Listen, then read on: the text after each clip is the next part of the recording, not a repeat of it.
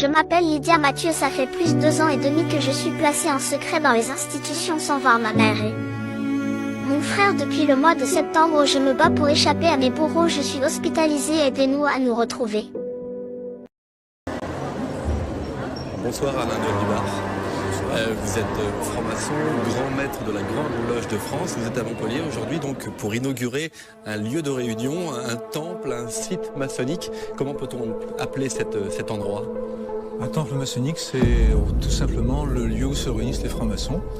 À Montpellier, en ce qui concerne la Grande Loge de France, il y a un ensemble immobilier qu'on appelle le temple, qui comprend en fait déjà 3 temples à l'intérieur. Et la journée d'aujourd'hui a consisté à inaugurer un 4e lieu de réunion qui est le 4e temple du site de Montpellier. Il y avait déjà donc des lieux de réunion, c'est une nouvelle loge, comment ça fonctionne exactement ?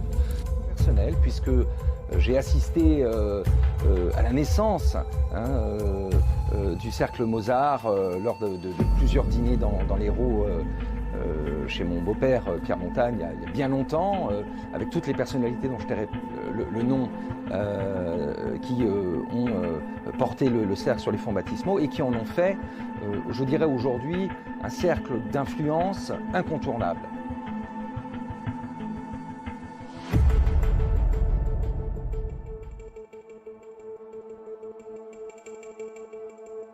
De balai bleu à partir d'un centre de jeunes handicapés du Gard. Si les faits sont prouvés et atteignent l'importance de ceux que leur prête la rumeur, ils sont extrêmement graves. Une autre source, il aurait envoyé lui-même à la police des lettres dénonçant des membres du choral et de hautes personnalités. Alors c'est là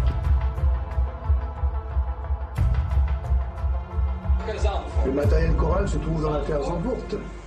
Zandvoort se trouve dans l'affaire Kriès, à Bruxelles. Et le Kriès est impliqué par rapport aux personnes concernées par la liste d'adresses du réseau choral. Parmi ces photos, il y a celle d'un magistrat français qui est déculotté. Un magistrat français. Un magistrat français, un haut magistrat français, que l'on voit déculotté avec un petit garçon. Et donc c'est très explosif. Ce magistrat français, excusez-moi. L'affaire des lieux de vie est dans un lieu de vie tenu par des socialistes qui s'appelait le Choral.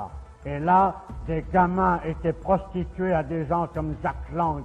Et un gosse a été trouvé mort, sodomisé, la tête dans un seau de merde, que l'on m'arrête à la sortie si ça n'est pas vrai. Consiste à mener des sortes de cérémonies dans le plus grand secret, où l'on conjugue des pratiques aussi étranges et uniformément dégoûtantes que la sexualité de groupe, la scarification. Il a évoqué devant nous des images vous faire drécher les cheveux sur la tête. Il nous parlait de chair calcinée, de brûlures de cigarettes, de chair transpercée, parfois tuées à l'occasion de ces séances. Déjà les personnes tuées n'étaient jamais consentantes, et que parmi les personnes torturées, il y avait des malades qui réclamaient ce genre de traitement, et puis des personnes non consentantes, parfois des enfants, qui...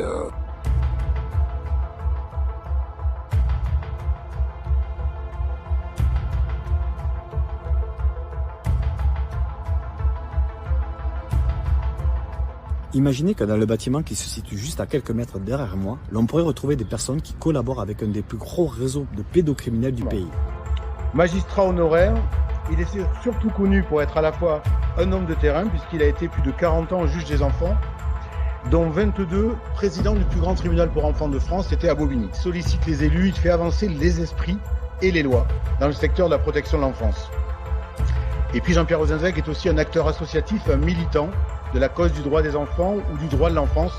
On va prendre le temps d'explorer tout ça. Des experts médicaux qui me parlent de tétraplégie, c'est-à-dire ils ont détruit la moelle épinière de ma fille par sodomie. Témoignez pour moi, voilà, Lydia, que vous partagez, qui est esclave sexuelle dans le département de l'Hérault.